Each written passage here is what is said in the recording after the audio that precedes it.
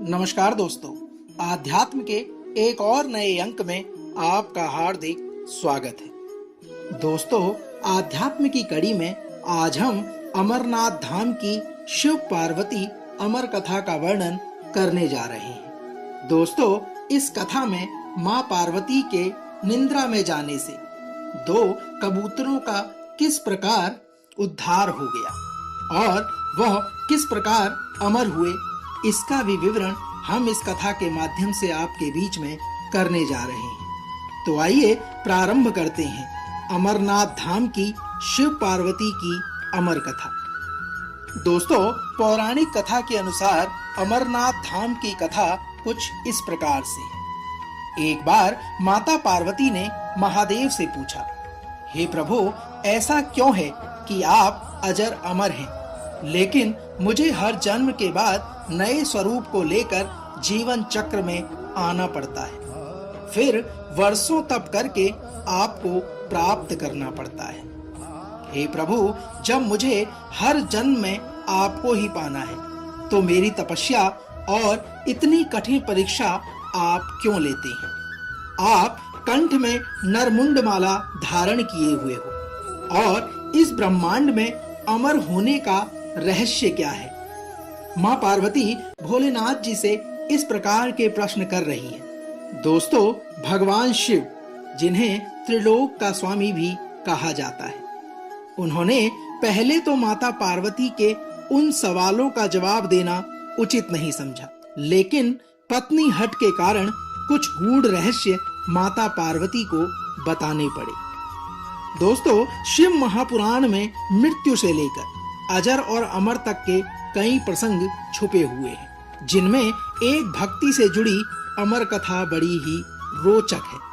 तो आइए उसी रोचक अमर कथा को आपके बीच में विस्तार पूर्वक पहुंचाने का हम कार्य करते हैं। इस अमर कथा को पढ़ने वाले भक्तजन अमरत्व की कथा के रूप में भी इसको जान सकते हैं। दोस्तों, पौराणिक मान्यताओं के अनुसार बाबा अमरनाथ की गुफा ही वह गुप्त स्थान है जहां भगवान शिव ने माता पार्वती को अमर होने के गुप्त रहस्य बतलाए थे और उस समय उन दो ज्योतियों के अलावा तीसरा कोई भी प्राणी वहां मौजूद नहीं था। ना गले में नाग, ना भोलेनाथ के नंदी, ना सिर पर गंगा, ना गणेश जी और ना ही शिवगण, यहाँ तक कि भगवान शिव के साथ कार्तिकेय भी नहीं थे। दोस्तों, कथा का विस्तार पूर्वक वर्णन यहाँ से प्रारंभ होता है। दोस्तों, एक गुप्त स्थान की तलाश में भोले बाबा ने सबसे पहले अपने वाहन नंदी को छोड़ा। नंदी को जिस जगह पर उन्होंने छोड़ा था, उस जगह को पहलगाम नाम से जाना जाता है। आज भी अमरनाथ की यात्रा यहीं से आरंभ होती है। पहलगाम से थोड़ा आगे चलने पर भगवान शिव ने अपनी जटाओं से चंद्रमा को उतार दिया था। जिस जगह चंद्रमा को छोड़ा, वह जगह चंदनवाड़ी कहलाती है। इसके बाद गंगा जी को अपनी जटाओं से पंचतरणी में छोड़ा और कंठाभूषण सर्पों को शेषनाग पर छोड़ दिया। इस प्रकार अमरनाथ यात्रा में इस पड़ाव का नाम शेषनाग पड़ा। दोस्तों, अमरनाथ धाम यात्रा में पहलगाम के बाद अगला पड़ाव है गणेश टाप। मान्यता है कि इस जगह पर महादेव ने अपने पुत्र श्री गणेश को छोड़ दिया था।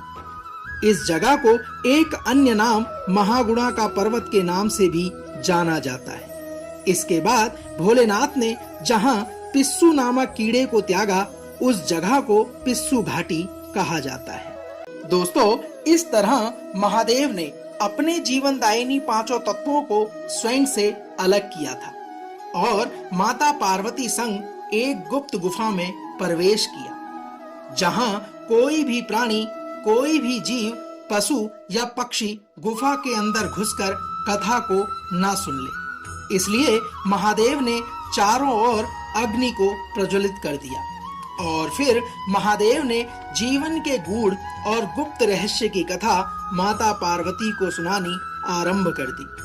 दोस्तों, अमरनाथ धाम में कबूतरों ने भगवान शिव से इस अमर कथा को सुना और ऐसा बताया जाता है कि कथा सुनते सुनते माता पार्वती को नींद आ गई। भगवान शिव को यह पता नहीं चला, वह कथा सुनाते रहे। गुफा के अंदर पहले से बैठे 2 कबूतर महादेव की कथा सुन रहे थे और बीच बीच में गूं गूं की आवाज कर रहे थे।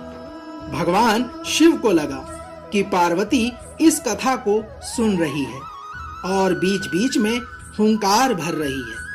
दोस्तों, भगवान शिव कथा में मग्न थे, तो कथा सुनाने के अलावा उनका ध्यान कभी कबूतरों पर गया ही नहीं, क्योंकि वो निश्चिंत थे कि कोई भी जीव इस गुफा में प्रवेश नहीं कर सकता। अमरनाथ धाम में कबूतर कथा सुन अमर हुए। दोनों कबूतर बड़े ही ध्यान से पूरी कथा को सुनते रहे। जब कथा पूरी होने पर महादेव का ध्यान माता पार्वती पर गया, तो उन्हें पता चला कि जब अमरत्व कथा सुनाई जा रही थी, तो उस वक्त पार्वती जी को निंद्रा आ गई।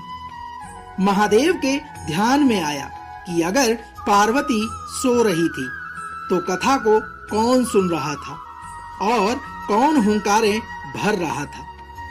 दोस्तों, तभी भगवान महादेव की दृष्टि वहां बैठे 2 कबूतरों पर पड़ी, तो महादेव को क्रोध आ गया। महादेव के क्रोध के कारण कबूतर का जोड़ा उनके चरणों में आ गया और बोला, हे भगवान, हमने आपसे अमर कथा सुनी है और यदि आप हमें मार देंगे तो यह कथा झूठी हो जाएगी, इसमें अमरत्व का महत्व खत्म हो जाएगा।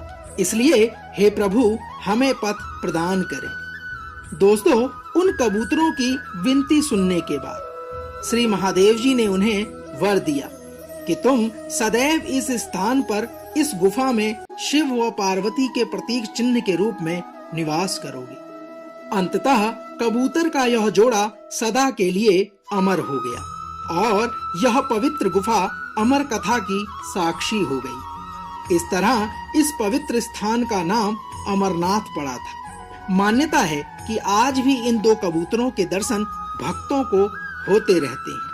अमरनाथ गुफा में यह भी प्रकृति का ही चमत्कार है कि अमरनाथ की यात्रा के दिनों में बर्फ से बने प्राकृतिक शिवलिंग आकार ले लेते हैं। इस पवित्र गुफा में एक तरफ माता पार्वती और भगवान गणेश के भी अलग से बर्फ में निर्मित प्रतिरूपों के दर्शन किए जा सकते हैं। दोस्तों, तो यह थी अमरनाथ धाम की शिव पार्वती की अमर कथा, जिसमें 2 कबूतरों ने भगवान शिव से अमर कथा को सुनकर अपने जीवन को अमर कर लिया। हम आशा करते हैं कि आज का यह अंक आपको अवश्य पसंद आया होगा। कल एक और नए अंक के साथ फिर आपसे होगी मुलाकात।